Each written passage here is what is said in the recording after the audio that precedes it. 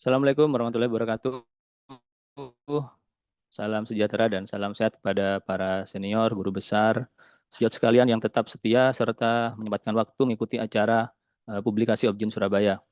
Dan tentu salam hormat selalu kepada senior-senior dan guru saya, Dr. Brahmana selaku Ketua Departemen, Dr. Muhammad Ardian SPOG, subspesialis Objin SOS, yang akan bertindak sebagai narasumber pada siang hari ini, dan juga Dr. Pandu Hanidito Habibi SPOG selaku moderator pada siang hari ini. Topik publikasi Objin Surabaya pada siang ini tentang operasi yang dilakukan oleh kita sehari-hari, yaitu cesarean section. Namun kali ini point of view-nya bukan dari segi klinis, namun kaitannya dengan kriteria atau klasifikasi Robson. Dan publikasi ini dengan judul Comparison of Cesarean Tertiary and Secondary Teaching Hospital based on Robson Class yang telah dipublikasi EPCO Information Service. Dan sebelum kita memulai diskusi, mari kita ikuti bersama sambutan dari Dr. Naskandar selaku Ketua Departemen KSM Objin FK UNER RSUD Dr. Sutomo RSA sekaligus publikasi Objin Surabaya. Oke, Assalamualaikum warahmatullahi wabarakatuh. Selamat siang. Yang saya hormati sahabat saya Dr. Ardian Cahya Laksana, Dr. Didin saya manggilnya. Dan Dr. Pandu, terima kasih banyak sedekah ilmunya. Juga untuk koordinator acara minggu ke minggu Dr. Dimas dan Dr. Ecita sama Dr. Tio. Nah, ini potret seksio dengan kriteria Robson di tingkat rumah sakit yang berbeda. Rasanya sangat menarik. Nanti monggo dimanfaatkan untuk bertanya ke pakar-pakarnya langsung, karena mungkin penelitiannya Dr. Didin ini bisa juga dilakukan di tempat panjenengan semua, begitu ya, di tempat panjenengan semua, sehingga kita mempunyai data yang lebih banyak. Demikian dari saya, acara POS ini memang agak bersifat lebih seolah akademik saintifik begitu ya, publikasi, tetapi tidak, justru maksud dibuat acara ini agar hasil publikasi, hasil penelitian itu tidak hanya sekedar berakhir di ibaratnya di rak buku begitu ya, tetapi juga harus bermanfaat bagi aplikasi clinical practice sehari-hari. Demikian dari saya, terima kasih, salam hormat saya untuk semua peserta. Assalamualaikum warahmatullahi wabarakatuh. Waalaikumsalam warahmatullahi wabarakatuh. Matur nuwun Dr. Brahmana atas sambutannya. Baik, mari kita mulai saja diskusi pada siang hari ini yang akan dipandu oleh Dr. Pandu. Saya persilakan Dr. Pandu. Ya, baik, terima kasih Dr. Dimas dan Dr. Brahmana selaku host dan Ketua Departemen telah membuka acara POS.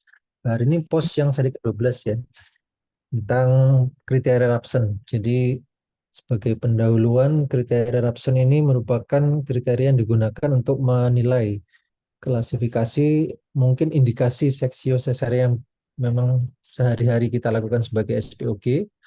Dikatakan bahwa sejak tahun 1985 International Healthcare Community itu menentukan batas atau nilai ideal dari persentase persalinan melalui SC itu sekitar 10-15%.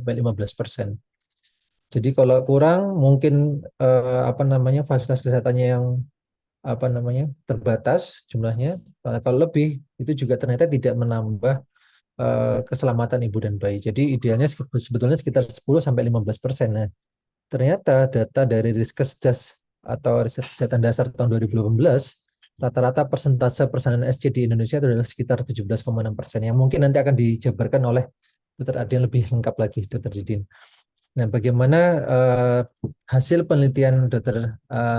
Ardian dan rekan-rekan dan kawan-kawan ini di tahun 2021 tentang persentase persalinan di SC di Sutomo maupun di Rumah Sakit Universitas Airlangga yang notabene adalah rumah sakit tipe A dan tipe B, serta bagaimana klasifikasi Robson-nya dan artinya apa, baik secara klinis maupun manajemen.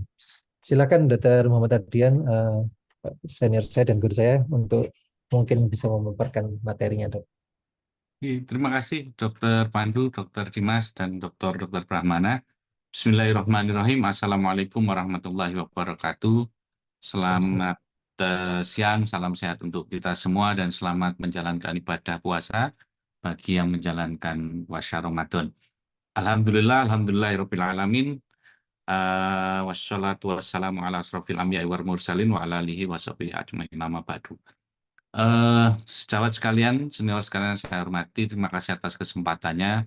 Menarik sekali pada siang hari ini kita bisa mendiskusikan tentang kriteria Robson. Kalau diizinkan saya akan sedikit memaparkan ya Dokter Pandu tentang hasil publikasi ini. Monggo, Ya, Dok. oke. Bentar. Oke. Oh, bentar. Ternyata belum saya. Bentar, Dokter Pandu.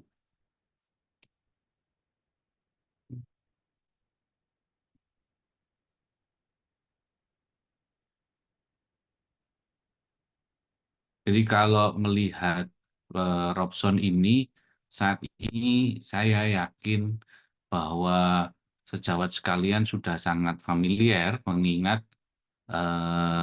mitra kerja kita BPJS itu saat ini menggunakan Robson ini sebagai tools audit dari BPJS. Jadi judul penelitian saya ini adalah penelitian kami adalah perbandingan karakteristik persalinan operasi sesar di Rumah Sakit Dr. Sutomo dan Rumah Sakit Universitas Erlangga, Surabaya, berdasarkan klasifikasi Robson. Sementara tim peneliti ada 3, yakni Dr. Randy Primandana, SPOG, Magister Kedokteran Klinik, yang beliaulah yang meneliti ini, kemudian saya sebagai pembimbingnya, dan Dr. Budi Prasetyo juga sebagai pembimbingnya. Mengapa kami melakukan penelitian ini? Sebenarnya diawali dari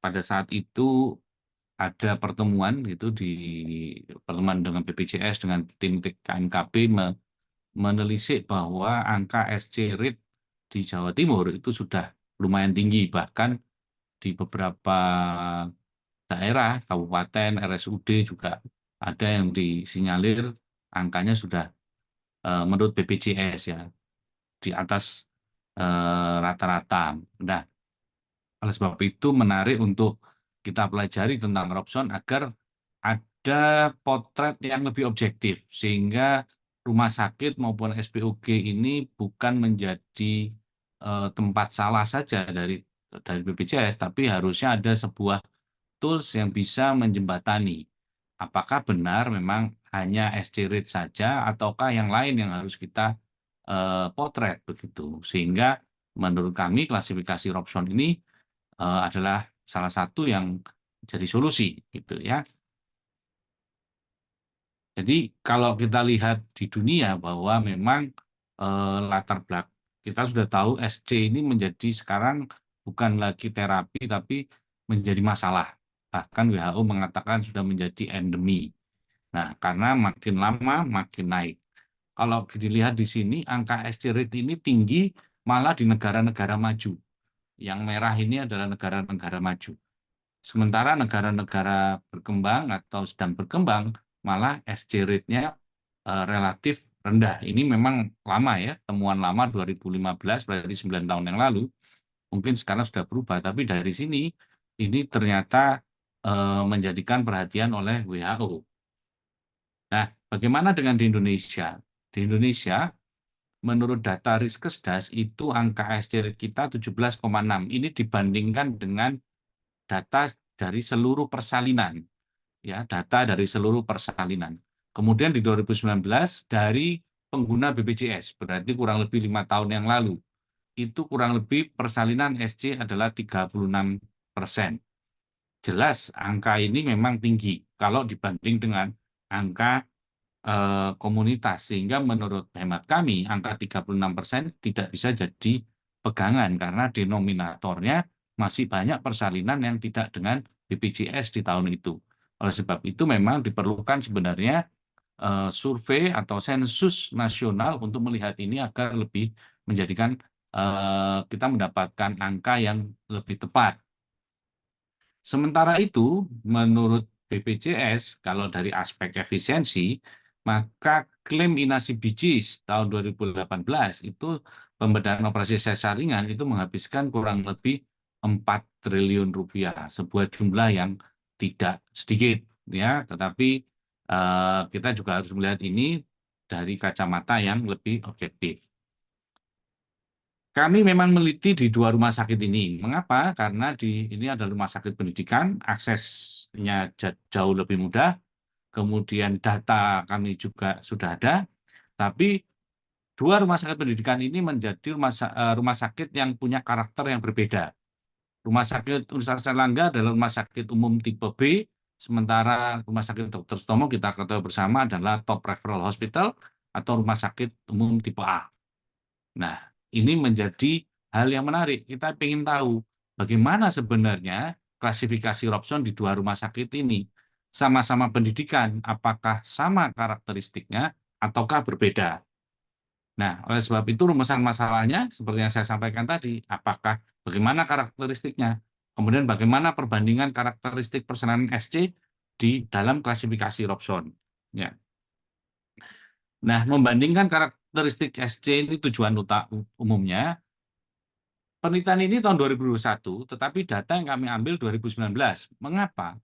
Karena kami tidak ingin rancu dengan masalah COVID. Kita tahu di 2020 ada COVID, sehingga indikasi SC menjadi sumir. Seringkali COVID saja langsung SC.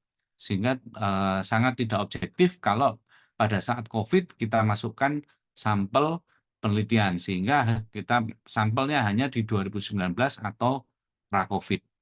Ya, jadi ini adalah tujuan umumnya, kemudian tujuan khususnya menganalisis karakteristik persaingan Sutomo di Rumah Sakit UNER dan membandingkan dari kedua rumah sakit tersebut.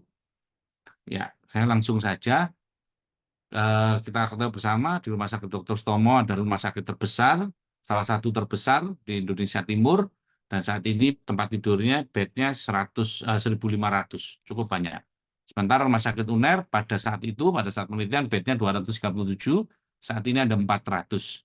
Nah, jumlah tenaga dokternya cukup banyak, dan saat ini SPOG yang bekerja di Rumah Sakit UNER juga sudah sangat memadai, ada 8 SPOG, dengan semuanya adalah konsultan. Nah, ini adalah seperti yang saya sampaikan, peningkatan angka SC, kalau kita lihat di data Riskesdas, itu data dengan denominator komunitas masyarakat, sehingga ini menjadi cerminan yang lebih objektif dibandingkan data yang dari BPJS. Tapi apapun itu, kita lihat kenaikan yang sangat signifikan dalam 5 tahun. 2013 9,9%, di 2018 naik signifikan 17,6%. Banyak hal yang bisa terjadi. Kita tahu di 2014 BPJS sudah lahir, kemudian akses masyarakat untuk ke Vaskes juga sudah sangat mudah, sehingga sangat mungkin akan ada perubahan-perubahan pola pelayanan. Ini sudah saya sampaikan tadi, bagaimana dana BPJS yang terkuras untuk SC cukup banyak. Nah, kita sedikit tentang klasifikasi Robson. Bahwa klasifikasi Robson itu berdasarkan 6 karakteristik dasar obstetri. Jadi bukan meneliti satu persatu indikasinya, tetapi berdasarkan 6 karakteristik. 1, paritas dibagi 2, nuli dan multi. Kemudian apakah ada riwayat SC sebelumnya, kemudian metode persalinan seperti apa, apakah janinnya kembar atau tunggal, kemudian usia kehamilannya, dan presentasi janin. Jadi kalau kita lihat berdasarkan 6 inilah Pak Robson membuat klasifikasi, akhirnya menjadi 10 grup ini. Ya. Nah, Robson mengatakan bahwa target penurunan angka SC dan intervensi ini dilakukan pada grup 1 dan 5. Jadi bila ditemukan angka SC di grup 1 dan 5, maka kita bisa katakan inilah yang menjadi target untuk kita intervensi, agar angka SC rate kita bisa menurun. Ini sejarah Robson 2001 ditemukan, kemudian 2010 ini dipublikasi secara internasional begitu, kemudian sudah dikenal, dan di 2011-2014 WHO melakukan systematic review bagaimana implementasi klasifikasi Robson, dan 2015 WHO secara resmi merekomendasikan penggunaan klasifikasi Robson dalam skala global. Mengapa? Dapat menganalisis, memonitoring, dan membandingkan persalinan SC antar vaskes. Sehingga penelitian ini jelas sesuai dengan apa yang dilakukan WHO. Dan kami saat ini sedang melakukan perbandingan klasifikasi Robson di 7 rumah sakit umum daerah di Jawa Timur. Tunggu saja tanggal mainnya, mudah-mudahan kami segera bisa menyelesaikan dan publikasi, sehingga kita bisa ada bayangan antara rumah sakit pendidikan, non-pendidikan, dan sebagainya. Nah, menurut rekomendasi WHO juga mengatakan setiap fasilitas kesehatan dapat melakukan asesmen mandiri dan intervensi pada kelompok grup yang menjadi perhatian khusus. Ingat apa yang saya sampaikan tadi bahwa grup 1 dan grup 5 merupakan targeted group yang harus dilakukan intervensi. Bagaimana alur pengisian klasifikasi Robson? Sejawat dan para senior semua bisa lihat di YouTube, sebenarnya banyak sekali yang menjelaskan ini dan sangat mudah. Mulainya dari ini, apakah pertanyaannya, apakah pasien ini multiple pregnancy atau tidak? Kalau iya, langsung masuk grup 8. Kalau tidak, maka kita lihat letaknya, transfer atau oblik. Kalau iya, langsung masuk grup 9. Kalau dia sungsang dan dia multipara, ya, maka dia masuk grup 7. Tetapi kalau dia sungsang, ya, kemudian bukan multipara, masuk grup 6. Kemudian kalau dia ternyata gestational age-nya atau usia kehamilannya kurang dari 37 minggu, maka dia masuk grup 10. Kemudian kalau ternyata dia gestational age lebih dari 37 minggu, maka kriteria multipara. Multipara, kita tanya apakah dia PSC atau tidak. Kalau iya, grup 5. Kalau tidak, apakah ada induksi atau tidak, maka grup 4. Ya, kalau tidak, maka grup 3. Tetapi kalau dia sebelumnya misalkan bukan multipara atau nulipara, kita lihat apakah ada induce labor ataukah C-section yang dilakukan sebelum terjadinya persalinan. Maka itu akan masuk grup 1 dan grup 2.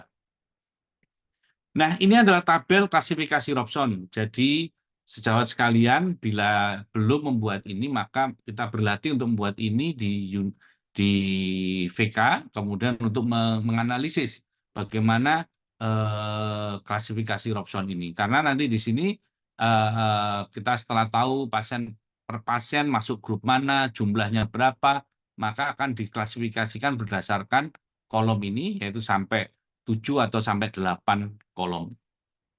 Ya.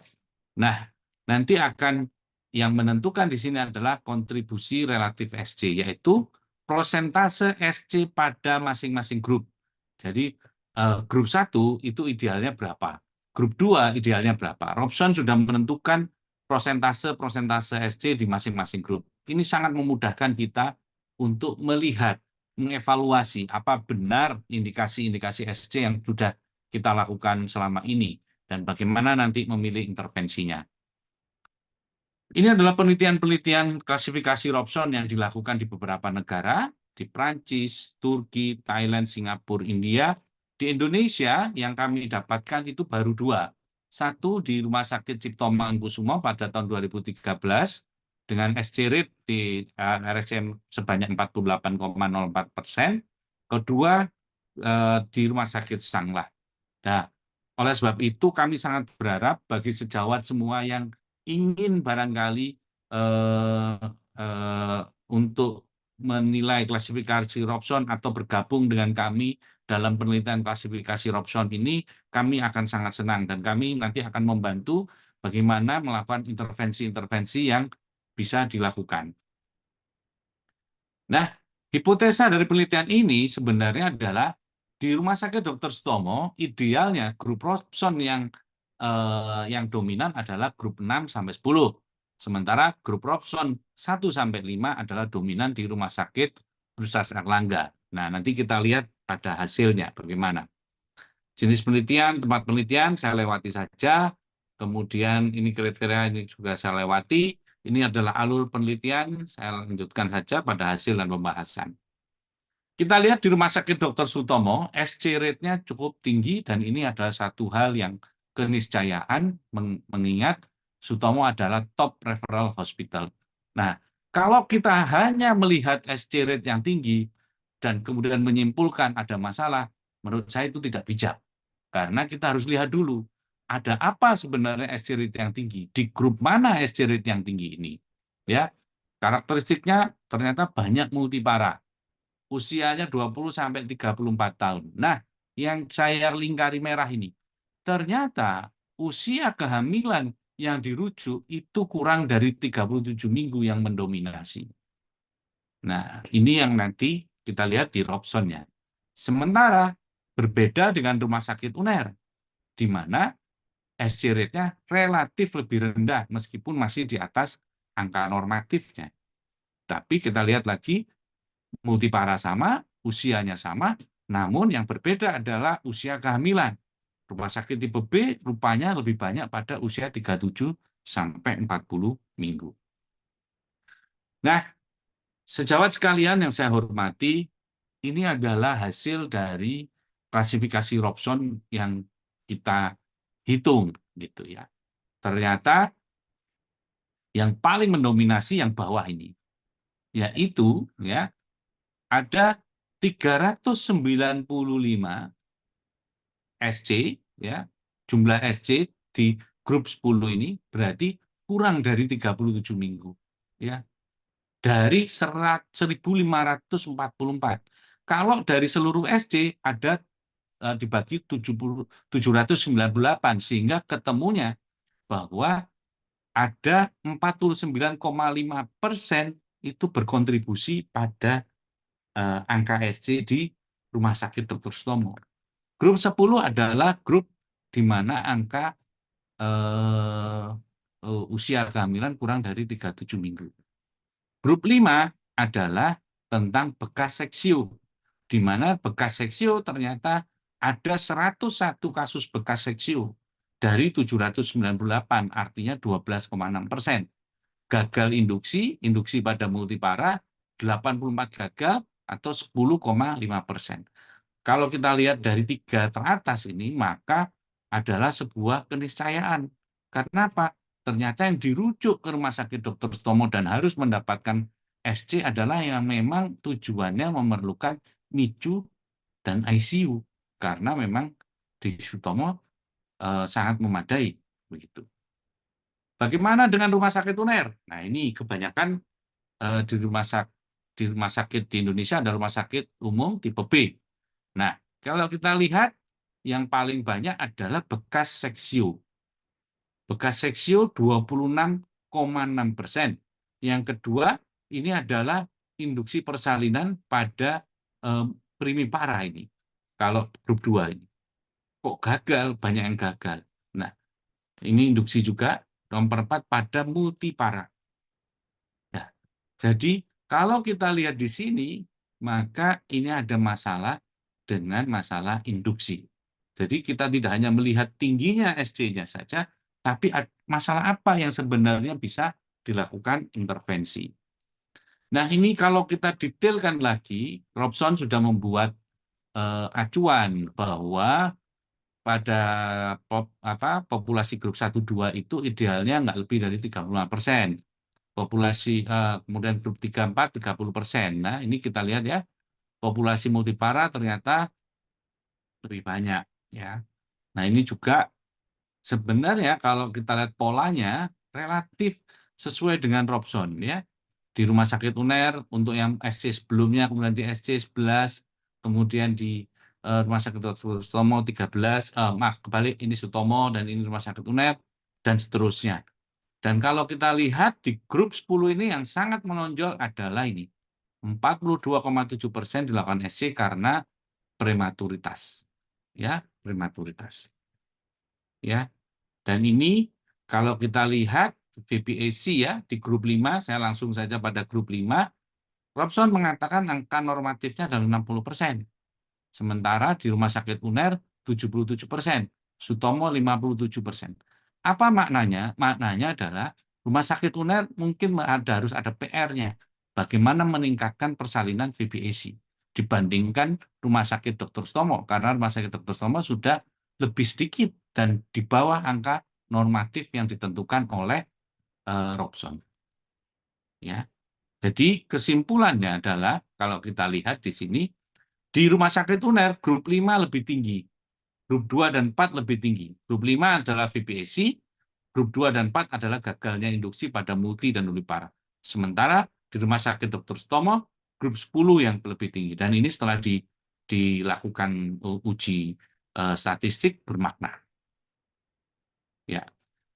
Jadi kesimpulannya tadi sudah saya sampaikan, Rumah Sakit UNER memiliki PR, di mana harus menurunkan angka SC di grup 5, yaitu bekas seksio, dan bagaimana mensukseskan induksi.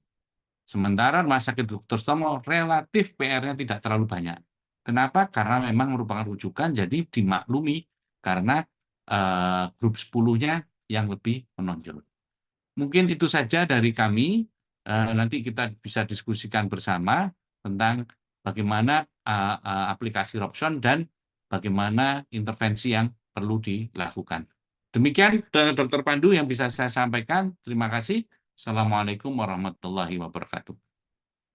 Waalaikumsalam warahmatullahi wabarakatuh. Baik, terima kasih Dr. Adrian paparannya sangat menarik sekali klasifikasi Robson yang dilakukan di tahun 2021 di dua rumah sakit yang mungkin bisa dikatakan terbesar ya di Surabaya. Satu rumah sakit tipe B, rumah sakit UNA, dan satu lagi rumah sakit tipe A, rumah sakit Dr. Sutomo. Baik, silakan kepada para partisipan, para peserta POS, kalau misalnya ada pertanyaan, ada yang hendak didiskusikan dengan Dr. Adrian, silakan untuk menuliskan di kolom Q&A ataupun di kolom chat juga boleh. Sambil menunggu pertanyaan Dr. Didin dari para peserta, mungkin saya boleh tanya dulu ya, Dok.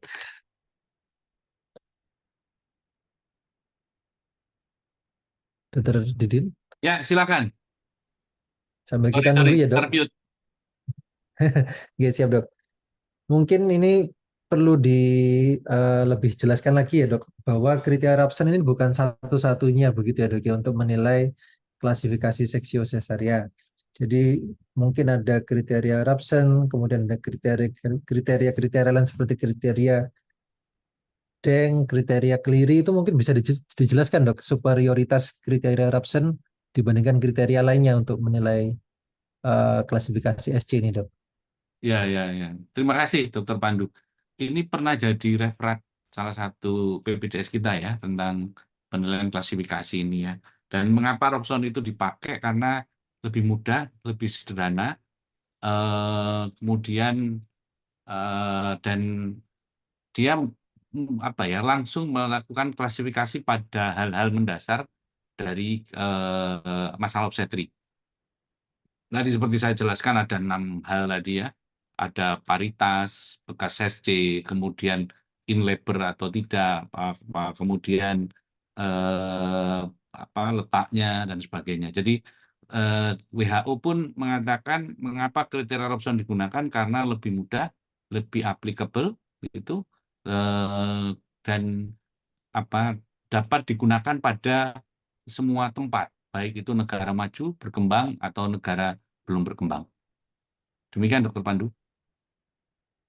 Ya, baik, terima kasih, Dok. Jadi karena kalau nggak salah juga sudah melalui systematic review, Robson ini Betul. yang paling direkomendasikan, paling bagus lah ya, Dok, ya. Tadi Oke. dari sisi applicable dan paling simpel. Jadi akhirnya direkomendasikan oleh WHO untuk diadopsi sebagai salah satu metode yang bisa kita lakukan untuk menilai kriteria seksio sesaria. Baik, silakan para peserta kalau misalnya ada pertanyaan. Mungkin sudah ada teman sejawat yang ini ya, Dok, ya, sudah melakukan asesmen kriteria Oh Robson iya, di ya. Barangkali kalau di sini ada Pak Pandu, ini Dr. Zuhri masuk nggak di sini? Ya, Dr. Zuhri. Saya Zuhri cek, nggak Dok. ada ya. Jadi Belum ada, Dok. saya salut kepada Dr. Zuhri ya. Dr. Zuhri ini membuat Excel sendiri untuk memasukkan kriteria Robson, dan itu sudah dengan rumusnya. Jadi sangat mudah. Dan kami sangat terbantu pada penelitian untuk 7 rumah sakit umum daerah, eh, sehingga kami mudah menganalisisnya. Ini ada yang bertanya, Dr. Morita dari Kaltim ini ya, Pak Ustaz. Silakan, Dr. Morita. Mungkin apabila ada pertanyaan, bisa open mic dan open cam bila berkenan, langsung ditanyakan kepada Dr. Ardian. Dr. Morita, monitor.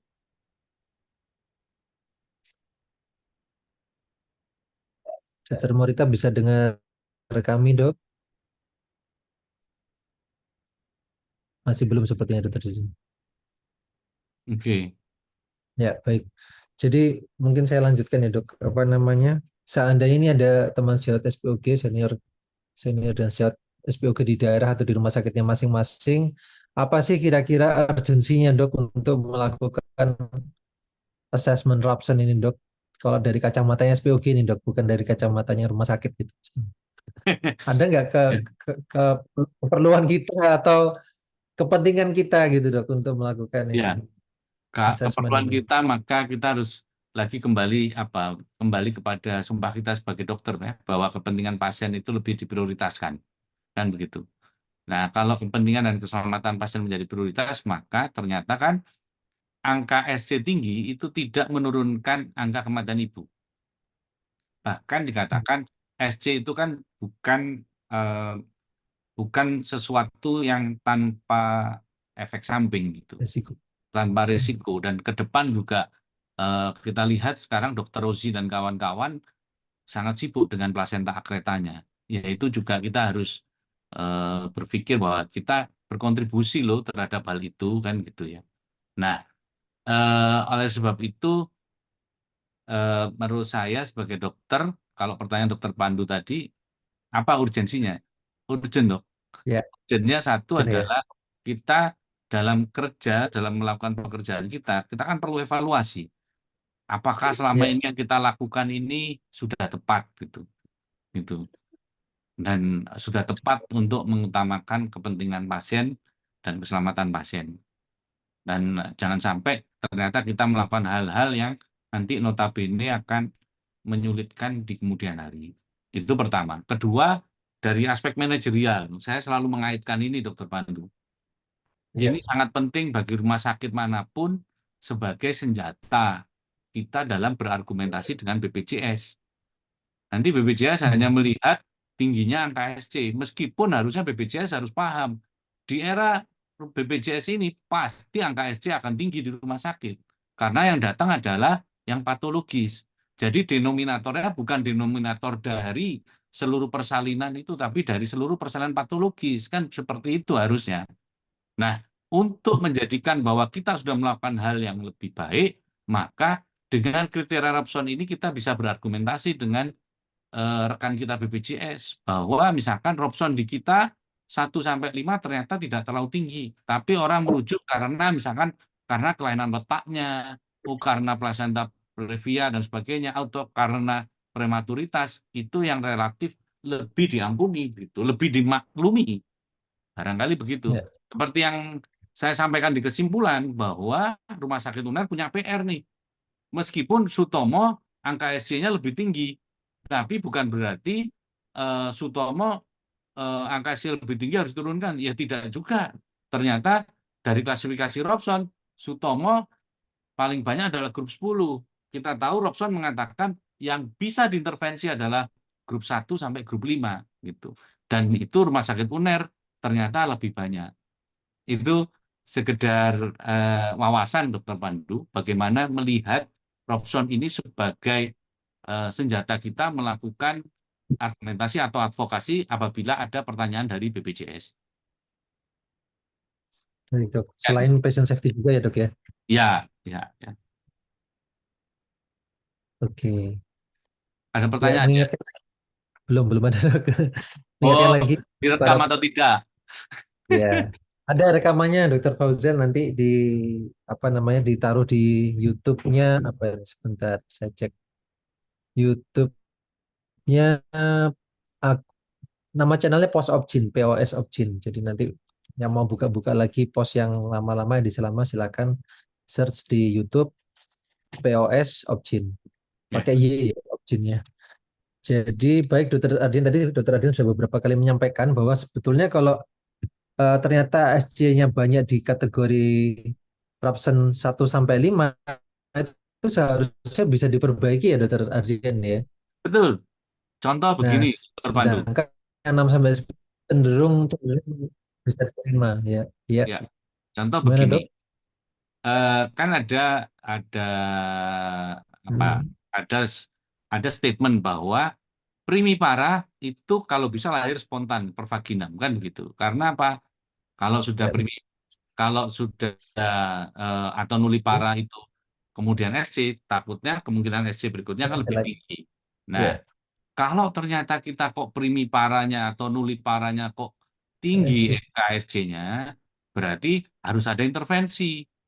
Bagaimana Hmm. intervensinya? Dibagi dua, ada intervensi klinis, non klinis. Misalkan non klinis, misalkan berarti di rumah sakit tersebut harus ada edukasi baik itu terhadap pasien maupun keluarga. Bagaimana proses persalinan, kemudian bagaimana idealnya persalinan spontan itu, seperti itu. Dan harus ada kesepakatan dengan para dokter.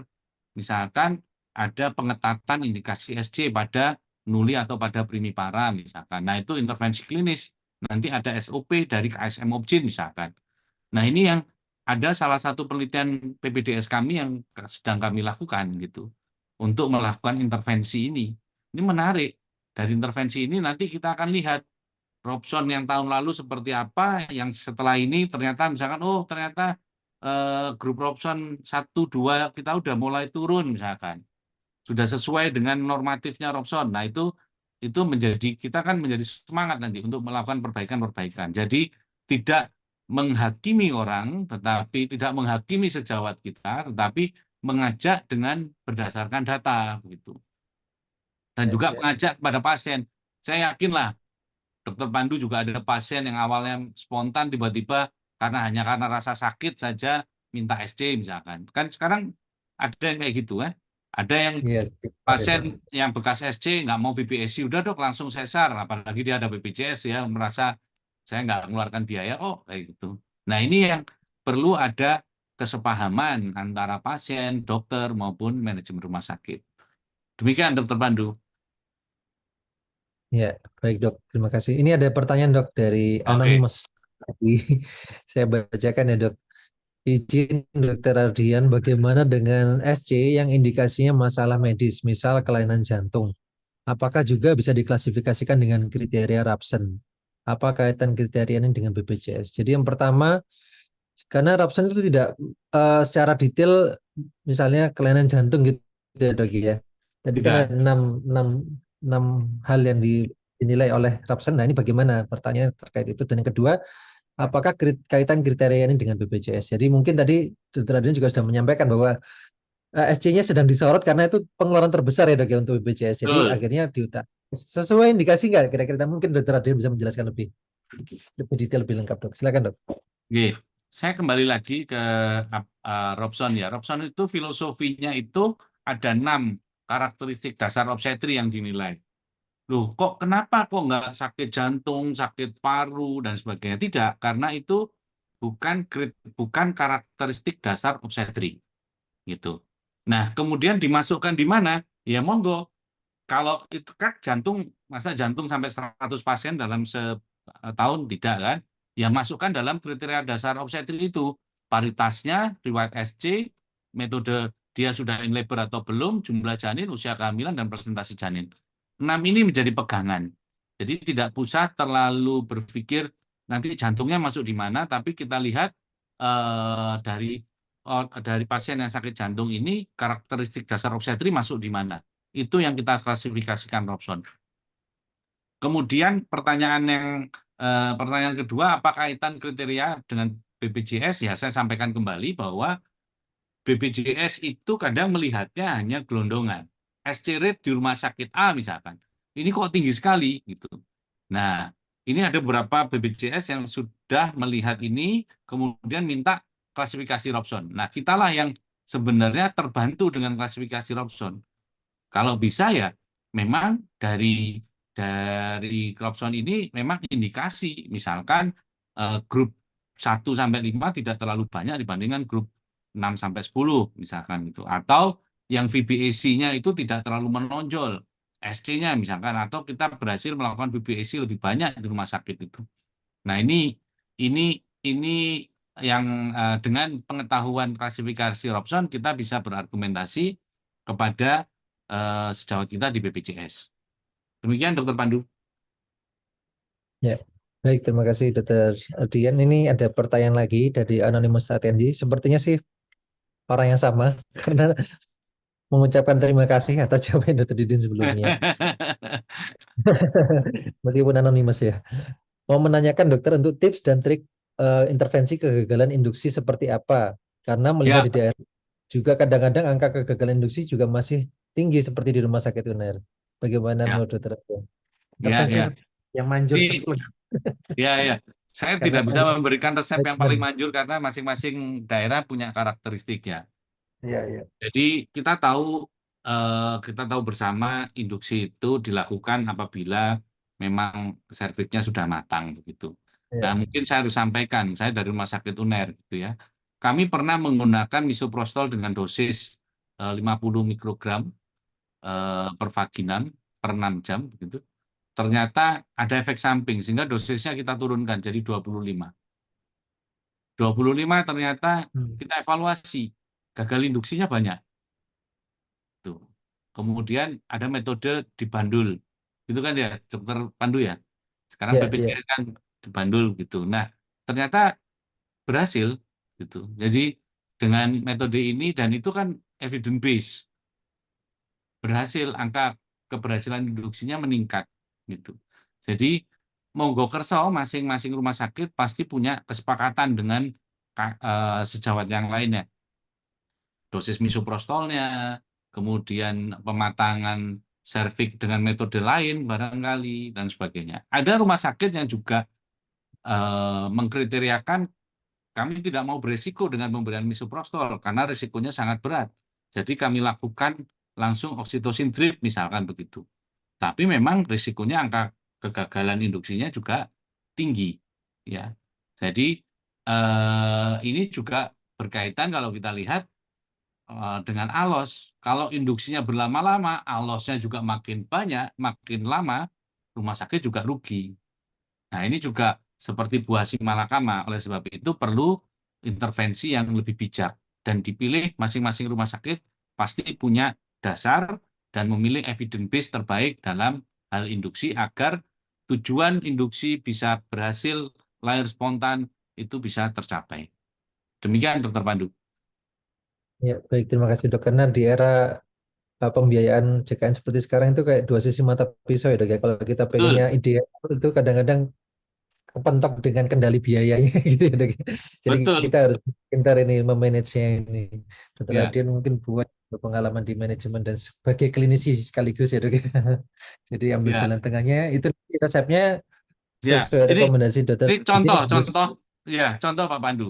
Maaf saya potong. oke Kriteria oke oke. terminasi preeklamsi misalkan kan dirubah dari Ya 40 minggu menjadi 37 minggu. Iya toh? ya oke oke Ternyata oke dievaluasi kegagalan induksinya tinggi gitu. ya. Nah, oleh sebab itu ada jalan tengahnya ini. Kita diskusi dengan konsultan Vito. Gimana kalau bisa jangan 37, 40 saja, tetapi dimonitor ketat gitu. Baik Hmm, janin maupun ibunya. Nah, ternyata ini lumayan ini gitu menjadi solusi sehingga hmm. angka keberhasilan induksinya meningkat. Tapi kita evaluasi bagaimana outcome ibu sama bayi. Alhamdulillah tidak ada masalah. Ya dilanjutkan berarti. Berarti dirubah SOP-nya gitu. Gitu Dokter Pandu. Siap dok, itu berarti apakah sudah berjalan ya dok di rumah sakit UNER? Berarti Ya, ya, preeklamsi tidak jalan. tidak Jalan determinasi Dokter tiga Pandu. tujuh ya dok? Nggak harus 37 minggu, kadang-kadang kita undur dulu 38, 39, atau 40 selama kondisinya Hmm, stabil. Kita juga kerjasama dengan puskesmas. Kita sampaikan puskesmas titip pasien A, B, C, D, E ini dengan preeklamsi yang rencana terminasi usia 39-40 misalkan. ya ya Jadi ya ternyata bagus Dokter itu. Pandu masih banyak Ya. kesempatan atau peluang-peluang yang lain yang bisa kita upayakan begitu. Jadi kita juga tidak bisa letterless SOP harus seperti Hmm, ini gitu. Maka kita kalau letterless terlalu normatif kita dihadapkan pada masalah-masalah lain nanti. iya iya betul betul juga ya dok ya. Terutama kalau preeklamsi berat yang terminasinya 34 minggu itu merupakan penyumbang salah satu terbanyak prematuritas iatrogenik ya dok ya. Ya, itu kan Betul. ekses lagi Nah, itu menarik prematur. untuk diteliti, Dokter Pandu. Prematuritas iatrogenik terbahaya itu dok. Ya, saya kebetulan sedang menulis dan sedang mensubmit di jurnal internasional tentang success story PEB yang tidak dirawat di rumah sakit, tapi di puskesmas. Dan kami kerjasama dengan puskesmas Surabaya jejaring, dan itu sangat intens. Dan Tepat ya puskesmas dok itu ya. sangat antusias, Dokter Pandu, untuk memonitor pasien-pasien preeklamsi berat itu. Alhamdulillah mereka bisa terminasi di 3738 dan alhamdulillah Bagus. baik gitu. Gitu. Ya, alhamdulillah. Jadi nggak semuanya sebenarnya harus determinasi seawal itu ya dok. Ya, mungkin hanya yang sudah muncul gejala-gejala beratnya yang labnya terganggu gitu dok, atau tensinya Iya, tidak terkontrol. ya pasti harus selektif ya, Iya. pasti harus selektif. Tapi intinya itu kita tidak jangan terlalu kaku, terlalu ini juga enggak. Rata gitu. Ya, jadi Iya, iya. harus bisa memilih. Gitu. Nggih, Siap. begitu Pak Pandu. Siap, Maturun, Dr. Din. Mungkin ada pertanyaan lagi dari para peserta terkait publikasi Dr. Adian dan rekan-rekan mengenai kriteria Rabsen. Sambil saya menunggu pertanyaan lagi, Dok, saya boleh tanya lagi ya, Dok. Tadi kan dikatakan kriteria Rabsen 1 sampai 5 itu seharusnya bisa diintervensi. Nah, bagaimana komentar Dr. Ardian mengenai hasil publikasi di RSCM yang memang paling banyak proporsinya itu Rabsen nomor 10. Tapi Ya. yang kedua dan ketiga itu nomor 3, nomor 1. Itu apakah seharusnya sudah sesuai atau kurang sesuai gitu, Dok? Wah, ini berat ini harus ngomong sesuai. Enggak. Berarti apa yang Pertama, masih bisa diperbaiki? ya sebagai akademisi kita harus objektif ya. Menurut saya kita hargai upaya dari RSCM dan relatif sama kan berarti relatif sama artinya dia di grup 10 prematuritas kan begitu ya Dokter Pandu ya. Betul, Sementara 27% kalau berarti. di grup 1 itu adalah nulipara single kan gitu, usia lebih dari 37 minggu, kemudian spontaneous labor. Nah, kemudian kalau grup 3 itu ada multipara, kemudian bukan bekas SC, single, lebih dari 37 dan spontaneous labor. Nah, berarti kan tidak ada intervensi induksi dalam hal ini, 1 dan 3. Ya, spontaneous labor. Ini menurut saya tidak bisa berkomentar banyak, Dokter Pandu, tetapi harus dibuka lagi. Why-nya kenapa ini spontaneous labor kok kemudian SC? Barangkali ada misalkan secondary arrest misalkan. Ataukah memang ada protap semua secondary arrest nggak peduli itu kausanya apa SC barangkali ya. Tapi saya nggak tahu. Ataukah memang bayi-bayi besar itu secondary arrest bayi besar ya logis Dokter Pandu di grup 1 dan 3 gitu. Menurut saya Ya. itu barangkali komen yang bisa saya sampaikan. Baik, Dok. Terus itu juga, Dok, apakah misalnya di kriteria 1, 2, sampai 10 dari kriteria Rabsen itu ada proporsinya juga, Dok? Misalnya SC rate itu direkomendasikan sekitar 20%. Nah, kriteria Rabsen itu ada nggak, Dok? Misalnya dari kriteria 1 sampai 10 itu ada sih rekomendasi proporsi untuk rumah sakit tipe C segini, tipe B Ya. segini, Tidak ada, ada nggak, Dokter Dok? Pandu. Kalau Nilai mengklasifikasikan berapa rumah gitu? sakit tipe ABC kan masing-masing negara beda. Tapi Ya. Robson mengatakan secara umum kontribusi relatif gitu ya di grup 1 itu misalnya 10%. Grup 2 itu 35% misalkan. Grup 3 itu 3% misalkan. Nah, itu panduan Robson tuh. Jadi grup 3 itu kan multipara. Persalinan Ya. spontan gitu. Kan gitu ya. Ya idealnya berarti keberhasilan spontannya lebih besar tuh. Gitu. Ya, ya. Nah, Jadi tidak ya, nih, ya, Dok, monggo, Dok, monggo. Gimana, Dok? ya jadi misalkan di grup 10 populasi grup 10 Robson mengatakan 5% gitu. Itu normatifnya, angka normatifnya pada kolom kontribusi relatif dari Robson, Dokter Pandu. Sehingga itu yang menjadi acuan di Ya, ya, ya. setiap grup itu. Nih. Jadi ada ya, Dok, ya. Cuma tidak berdasarkan kriteria rumah sakitnya, apakah dia rumah sakit yang eh, misalnya rumah sakit terbatas di daerah ataupun rumah sakit center di tersier di center gitu, nggak ada. Tidak. Ya, ya, siap, Dok. Nah, sebenarnya saya juga sedang mengumpulkan data itu, Dokter Pandu, tapi ternyata belum berhasil. Mengumpulkan, membedakan secondary, tertiary itu belum berhasil. Barangkali nanti Dokter Pandu bisa membuat systematic review tentang itu. Iya dok, siap dok. Baik, mungkin ada pertanyaan lagi, masih ada waktu kurang lebih 10 menit kita berdiskusi dengan Dr. Ardian. Mungkin kalau teman sejawat ada yang berkenan atau tertarik mengulik Rapsen di rumah sakitnya masing-masing, apakah Dr. Ardian bersedia di dok? Oh, Di bersedia dengan senang hati, silakan. ya, Atau kita jadi satu tim peneliti semua. nah, Jadi bagus ya dok. misalkan dari provinsi lain mau berkenan untuk gabung atau kemudian Multi mau kita analisis kan dengan senang hati, nggak ada masalah. dan bagusnya bisa di evaluasi dari waktu ke waktu ya dok ya. Betul, Apakah Dokter misalnya Pandu. itu Dan sudah kita barusan sebelum acara ini salah satu SPUG itu mem-WA saya gitu. Saya berikan datanya, begini rumah sakit Anda analisis Robson-nya dibandingkan rumah sakit lain. Beliau senang, oh ternyata rumah sakit saya ada yang perlu diperbaiki nih, yang ini, yang ini, yang ini. Nah, hal-hal semacam itu Dokter Pandu yang memang perlu kita kembangkan gitu ya. ya ya. Baik dok, terus mungkin satu lagi dok yang tadi saya dapatkan dari publikasinya Dr. Adrian itu mengenai SC rate.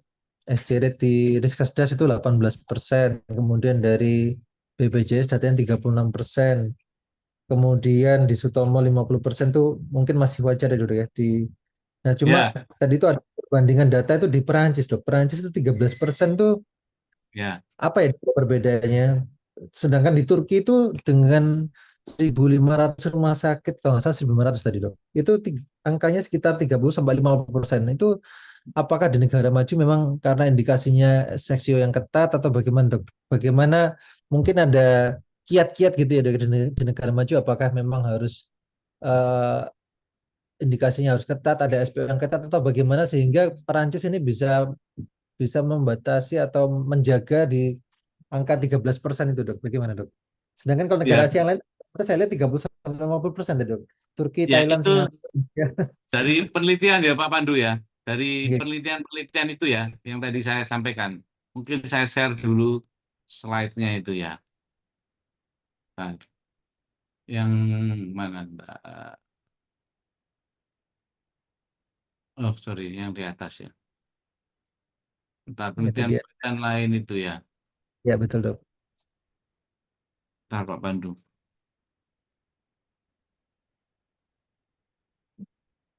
Nah, sebenarnya, ini.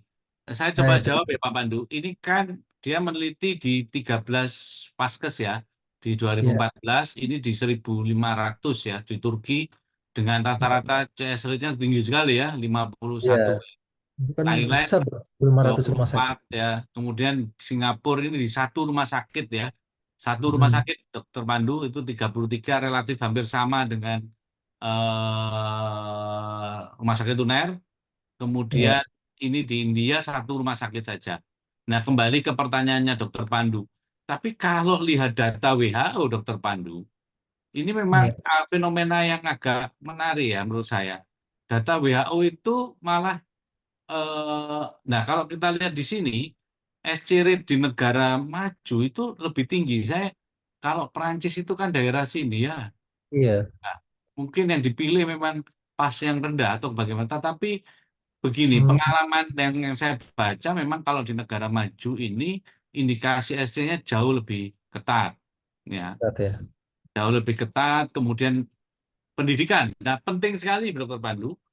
Ya, Faktor pendidikan pendidikan juga penting pasien dok. Ya, itu juga sangat berpengaruh. Ketika pasien itu makin teredukasi dengan baik, maka dia lebih pro normal daripada pro sesar. Dan dia lebih tahu tentang hak dan kewajibannya. Jadi ya, ya. intervensinya baik itu klinis maupun non klinis, bahkan non klinisnya barangkali lebih lebih banyak begitu ya, gitu. Banyak ya dok ya. Ye, Bisa sampai mana-mana ya dok ya. Bisa sampai ya, pendidikan, jadi bisa sampai taraf ya hidup mungkin ya. betul Pak Pandu. Ya, ya. Oke, siap. Mungkin ini ada satu pertanyaan, kalau nggak terakhir, mungkin kalau ada satu pertanyaan lagi, ini nih, dari Anonymous Attendi lagi dok. Ini kayak malu-malu nih, nggak mau pakai identitas. Pak Anonymous. Izin konfirmasi Dokter Ardian, panduan Rapsen itu angka seksio rate-nya itu apakah per denominatornya total persalinan atau total persalinan patologis? Oke. Tidak, kalau di rumah sakit ya per total persalinan. Jadi per total dari semua persalinan, ya. Apa saya paparkan lagi ya Pak Pandu ya, bentar ya. Masih ada waktu kan ya? Masih ada dok. Ya. Oh enggak, bentar. Nah, jadi kalau kita lihat, nanti setelah ini saya jawab yang kedua ya, yang berikutnya, pertanyaan kelima ya. Ya, siap dok. Bagaimana menilai sih, maka kita kembali ke ini, ya ini, jumlah grup SC, misalnya grup 1 atau gini aja lah, yang usia 37 minggu, kurang dari 37 minggu, kan gitu ya. Nah, berapa yang SC dan berapa totalnya, gitu. Baik SC maupun spontan, gitu. Paham ya? Kira-kira bisa dipahami ya Pak Pandu ya? Nggih, dok. Jadi ini adalah jumlah SC di masing-masing grup. Misalkan SC yang lahir pasien itu awalnya pasien nulipara, datang spontan, Spontan. spontaneous labor gitu. Nah itu berapa? Kemudian berapa yang total lahir plus SC berapa di grup masing-masing. Nah ini kolom 3 jumlah persalinan. Persalinan ini bukan hanya SC tapi juga persalinan normal. Ya, mungkin ini bisa dipahami. Ya.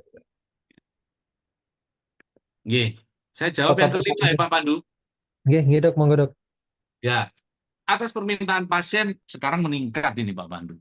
Karena medsos, takut persalinan nyeri gitu, menurut saya meningkat dan ini perlu diteliti lebih lanjut ya. Mengapa kok ini meningkat? Gitu. Apalagi pasiennya umum. Pasien umum ini kan juga ya mau nggak mau ya ini tantangan tersendiri. Tapi bukan berarti tidak boleh ya. Karena permintaan itu juga dilindungi secara hukum gitu. Namun kita sebagai SPOG harus menjelaskan dulu tentang side effect atau efek samping dari SC tersebut. Kalau sudah dan tanda tangan sudah dijelaskan dan tetap ya silakan tanda tangan. Tetapi menurut saya tidak berkontribusi besar ya terhadap SC rate, apalagi di RSUD. Jarang sekali pasien meminta, apalagi BPJS ya, sehingga pasien BPJS jelas nggak bisa atas permintaan karena harus ada indikasinya. Ya, demikian Dokter Pandu. Siap dok. Terima kasih dokter. Mungkin satu pertanyaan lagi dok dari saya. Silakan. Alur cara pengisian klasifikasi Rapsen itu dok, yang tadi ada skema-skemanya. Ya. Kalau multiple pregnancy kan masuk grup 8 gitu ya dok ya. Ya. Contoh. Nah terus ke bawah kalau no transverse or oblique line masuk ke grup 9. Nah pertanyaan saya dok, kalau misalnya dia itu beberapa komponen ada di situ, misalnya multiple pregnancy iya, apakah seksio iya, maka dia masuk yang paling atas ya dok ya, grup 8 gitu ya dok ya. Caranya Betul. gitu ya dok. Nah itu Betul. supaya tidak salah memasukkan kriteria ya dok ya. Iya, betul Pak Pandu. Jadi sebenarnya ini adalah semacam guidance saja. Kadang kita gimana ya mengklasifikasikannya kan gitu. Ya sudah mulai dari sini aja. Kalau kita mulai dari sini tersaring semua Pak Pandu. Dari alur ini tersaring semua, nggak akan lewat gitu. Jadi kalau gimana? Kalau misalnya dia multiple pregnancy itu maksudnya kembar ya dok ya? Iya, dia kembar atau enggak? Kalau multiple pregnancy tapi dia prematur misalnya gitu dok, itu berarti masuk mana dok? Ini dulu. Dijalani dulu multiple pregnancy, no, atau misalkan multiple pregnancy yes, berarti masuk grup 8 langsung. Ya, jadi Masalah tidak prematur tidak. Oh, jadi tidak melihat apakah dia 37 minggu lebih atau kurang, tidak melihat ya dok ya. Iya, grup 8 kita lihat ini ya. Grup 8 ya. All women multiple pregnancies including women with previous cesarean scar. Previous uterine scar. Nah, jadi tidak melihat usianya, Pak Pandu. Siap. Baik dok, karena waktunya juga sudah sampai dok, jam 14 kita nggak bisa ngobrol asik sama Dokter Radian. Mungkin Dokter Radian bisa memberikan satu highlight khusus mengenai diskusi kita pada siang hari ini. Silakan dok, dan pesan ya, pulang. Pertama, saya terima kasih ya. Apresiasi untuk Dr. Pandu ini, moderator tapi sangat menguasai. Nah, sangat menguasai tentang Robson dan sebagainya. Itu pertama apresiasi. Kedua, terima kasih Dr. Dimas dan tim yang mengundang saya. Senang sekali sehingga kita bisa diskusi khususnya tentang Robson. Ketiga, jadi begini untuk teman-teman sejawat para senior bahwa jangan sungkan untuk kita melakukan analisis Robson ini. Banyak di YouTube caranya bagaimana adalah untuk tools kita sebagai bekal kita untuk melakukan advokasi atau berargumentasi dengan pihak BPJS atau asuransi. Sehingga kita bisa juga mengevaluasi apakah langkah-langkah yang selama ini kita lakukan sudah tepat atau tidak. Bahwa pada unit-unit pelayanan itu harus dilakukan evaluasi. Dengan evaluasi, maka mutu pelayanan kita akan terjaga. Dengan mutu pelayanan terjaga, pasien akan makin banyak. Rezeki nanti akan mengalir. Ya, demikian dari saya. Terima kasih. Super sekali. Terima kasih, Dr. Ardian. Terima kasih, Dr. Ardian, atas kuliahnya dan diskusinya yang sangat berkualitas yang hari ini. Matur suwun, mudah-mudahan menjadi ladang amal ya. Bulan Amin. puasa juga. Dan saya kembalikan ke Dr. Dimas. Kurang lebihnya mohon maaf. Saya sebagai moderator undur diri, saya kembalikan ke Dr. Dimas. Oke, baik. Terima kasih banyak Dr. Ardian, Dr. Pandu. Menarik sekali diskusinya, Dok. Saya banyak mendapatkan masukan-masukan terkait kriteria Robson ini. Dan jadi tadi juga saya mendapatkan informasi dari Dr. Ardian bahwa ada preeklamsia berat yang perawatannya poliklinis. Mudah-mudahan nanti ada publikasinya, Dok. Menarik sekali. Baik, alhamdulillah acara POSWAT pada hari ini telah berlangsung dengan lancar. Semoga apa yang telah disampaikan oleh narasumber dan moderator menjadi ilmu yang berguna untuk kita semua, dan tentunya semoga menjadi amal jariah untuk beliau. Terlebih di bulan Ramadan ini tentu bagi para senior dan sejawat yang menunaikan ibadah puasa, mudah-mudahan diskusi siang hari ini bernilai ibadah di sisi Allah Subhanahu wa Ta'ala. Baik, saya cukupkan webinar kali ini. Mohon maaf kalau ada salah-salah kata atau hal-hal yang kurang berkenan. Terima kasih. Sampai jumpa kembali di acara pos berikutnya di hari dan jam yang sama. Wassalamualaikum warahmatullahi wabarakatuh. Matur nuwun, Dr. Didin, Waalaikumsalam Dr. Pandu. warahmatullahi wabarakatuh. Matur suwun, izin lift.